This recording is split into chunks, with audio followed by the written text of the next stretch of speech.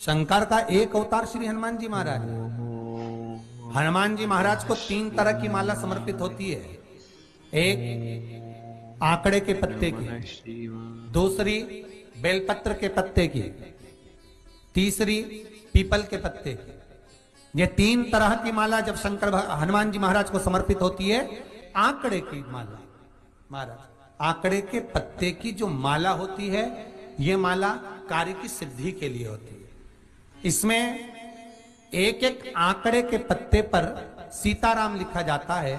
मात्र एक पत्ता ऐसा होता है जिस पत्ते पर सीताराम नहीं लिखा जाता।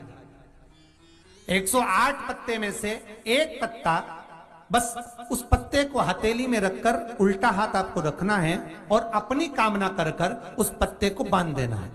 ये जरूरी नहीं है कि 25 के बाद बांधो, 50 के बाद बांधो या 100 के बाद बांधो, आपकी मर्जी पड़े। उस खाली पत्ते को कहीं पर भी बांध दीजिए और उस माला को अपनी कामना कर कर श्री हनुमान जी महाराज को समर्पित कर दीजिए। माला जब हनुमान जी को चढ़ जाए तब एक घी का और एक तेल का दिया हनुमान जी के सम्मुख में लंबी बाती का लगा देना है महाराज। एक घी का, एक तेल, और अपनी कामना कर कर आप आ जाइए। आपकी वो कामना 2.5 महीना या 3 महीना, इससे ज्यादा नहीं जाएगा, वो कामना बाबा पूरी करेगा। क्योंकि शिव और हनुमान ये सब एक ही स्वरूप है। अगर व्यक्ति के जीवन में बहुत भारी रोग हो गया है, बहुत ज्यादा कष्ट हो गया है, कैंसर जैसी बीमारी भी अगर उसको घेर ली है और किडनी लीवर सब बेकार हो गया, तो निवेदन है पीपल के पत्ते की माला बनवाओ, 108 पत्ते की, और हनुमान चालीसा का हर पत्ते पर स्मरण करिए महाराज।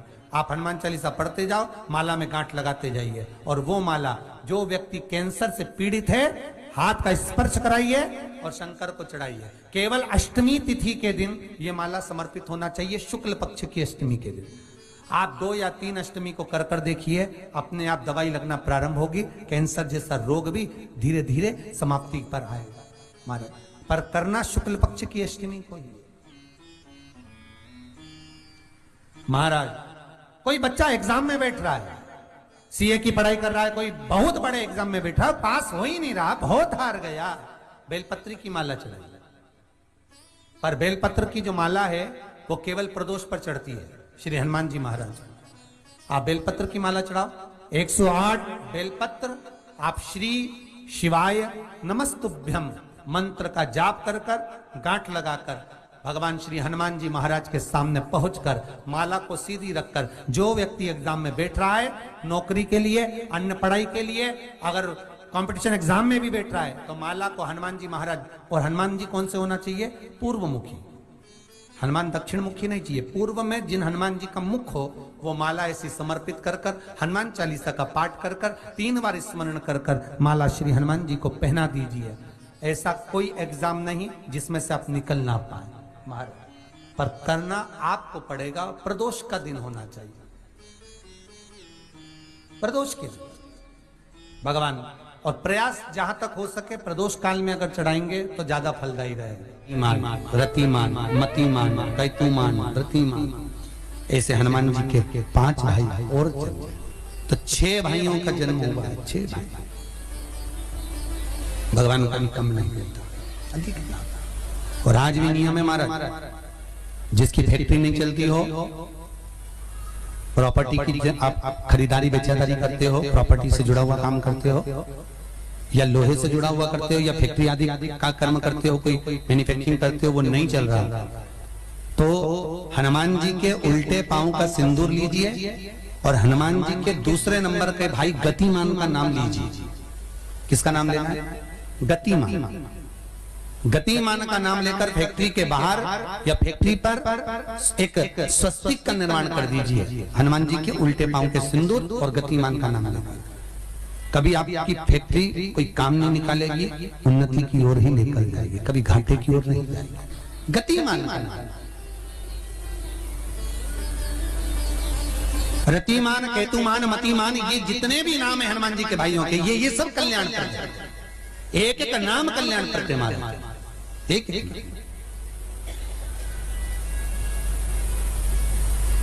महाराज। वो जिन बच्चों को निमोनिया हो जाता है ना, वो सर्दी का कोटा रहता है, बहुत सर्दी बच्चों को बनी रहती है, तो हर दिन 5-10 दिन में वापस दौड़ के डॉक्टर के पास लेके जाओ, फिर डॉक्टर के पास ले। वैसे तो डॉक्टर के पास बच्चे आजकल के जमाने के जाते ही जाते हैं, हर 15 दिन 20 दिन में। तो इसके पीछे वो चले जाएं।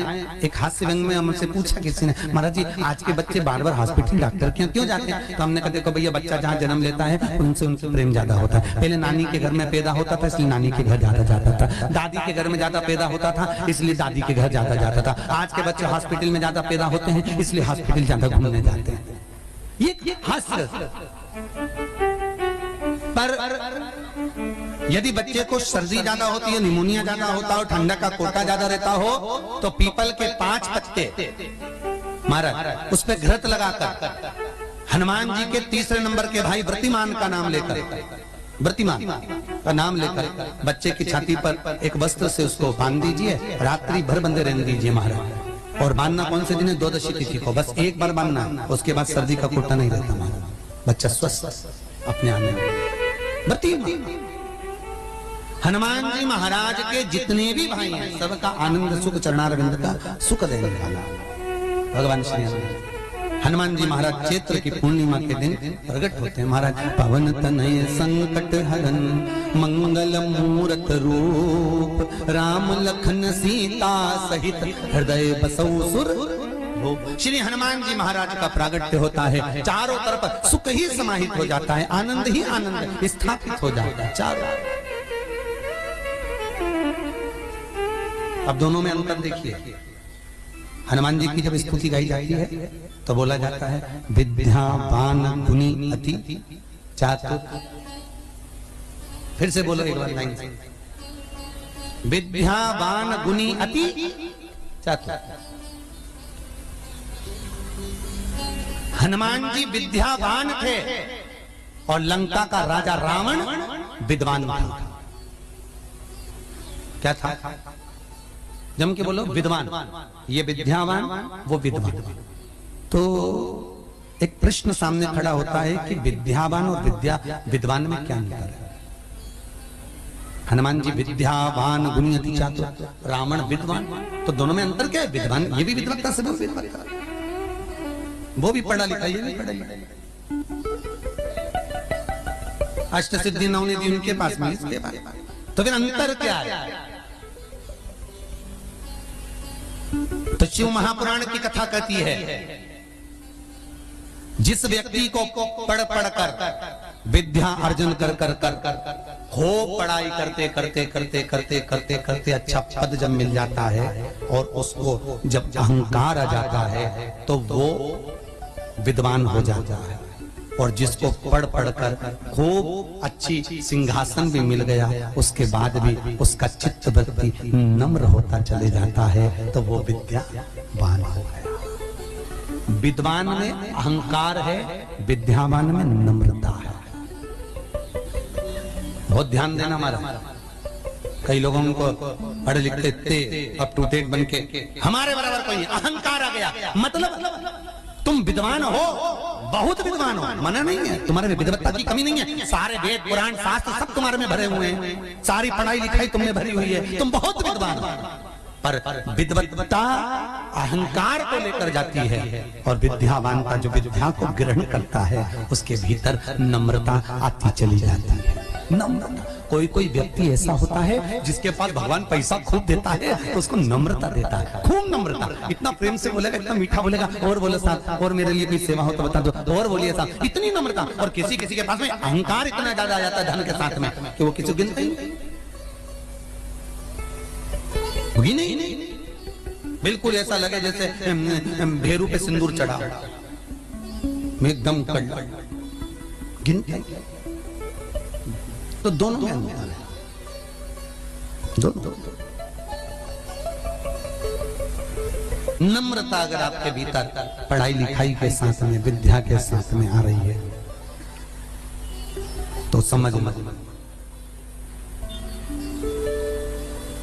कितना सुंदर कहा रामकृष्ण परमहंस जी ने। रामकृष्ण परमहंस जी से स्वामी विवेकानंद जी ने पूछा, आपकी निगाह में खूब पढ़ा लिखा व्यक्ति कैसा होता है? रामकृष्ण परमहंस कहने लगे, जीरो, कैसा होता है? शून्य। स्वामी विवेकानंद ने फिर रामकृष्ण परमहंस से पूछा, आपकी दृष्टि में बहुत पढ़ा लिखा, बहुत पैसे वाला, धनपति व्यक्ति कैसा होता है? रामकृष्ण परमहंस जी ने कहा डबल शून्य, डबल जीरो। स्वामी विवेकानंद जी ने फिर पूछा रामकृष्ण परमहंस जी से, गुरुदेव आपकी दृष्टि में पढ़ा लिखा व्यक्ति, बहुत धनपति, सब ज्ञान में निपुण, वो व्यक्ति कैसा होता है? रामकृष्ण परमहंस ने कहा ट्रिपल जीरो, 3 शून्य। स्वामी विवेकानंद ने कहा गुरुजी अगर ये सब शून्य की गिनती में आ गए तो कीमत किसकी होगी? रामकृष्ण परमहंस जी ने कहा सारे ज्ञान प्राप्त करने के बाद जो झुकना नहीं जानता, नम्रता नहीं जानता, वो जीरो के बराबर ही होता है। और जिसके पास में धन भी है, विद्या भी है, सारी निपुणता है, और जिसके भीतर नम्रता बनी हुई है, उसके आगे एक लगा दिया जाए तो वो करोड़ों की गिनती में हो जाता है। उसके आगे एक का कई लोग बड़ी अभिमतता में जीते हैं, मैं मेरे बराबर कोई नहीं। और जो मैं करके मर जाता है, अगला जन्म बकरा बकरी का हो जाता है, मैं करता फिरता है। छुपकली और बकरा बकरी दोनों पहचान जाओ, बहुत परिचित है। तुम्हारे दरवाजे पे कोई बकरा बकरी दिखे तो समझ लेना तुम्हारा रिश्तेदार आया है। मैं करके मर गया, मेरा घर, मेरी परिवार, मेरा कुटुंब, मेरी घर, मेरी गाड़ी, मेरा बंगला, मेरा मेरा मेरा करके मरा, बकरा बकरी। नहीं तो मैं अभिमतता।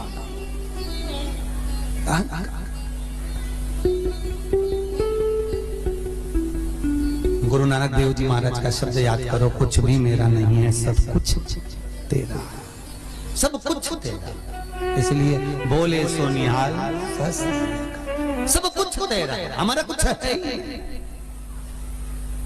हमारे भीतर कुछ है तो वो परमात्मा। हनुमान जी महाराज प्रकट हुए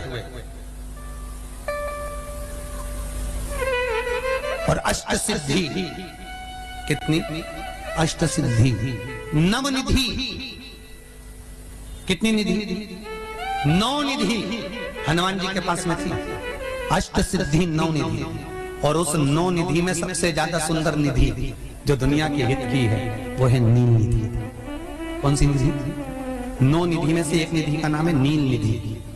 अष्ट सिद्धि नव निधि के दाता, असबर दीन जानकी माता, राम रसायन तुमरे पासा सदा रहो रघुपति के। आज तुम लोगों ने पुण्य करा होगा, शनिवार के दिन, पूर्णिमा के दिन तुम्हें अष्ट सिद्धि नवनिधि मिल गई। आज किस्मत वाले हो गया, भाग्यशाली।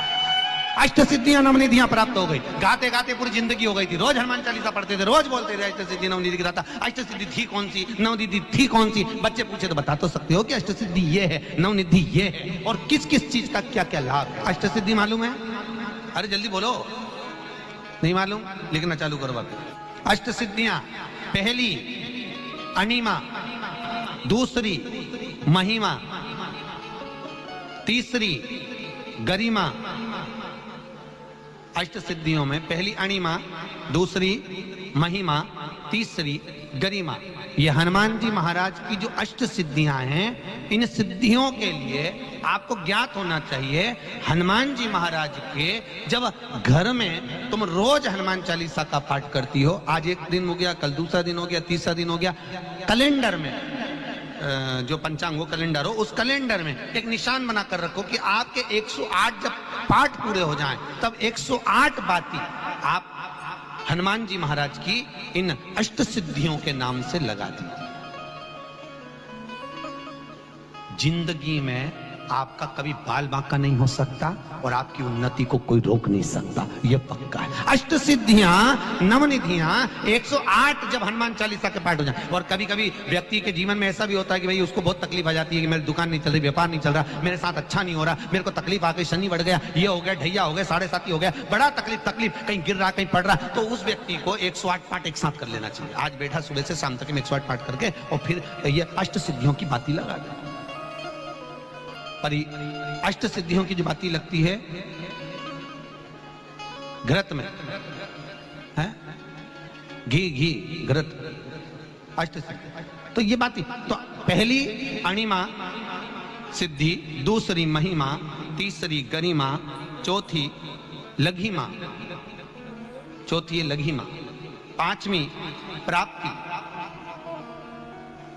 पांचवी क्या है? प्राप्ति।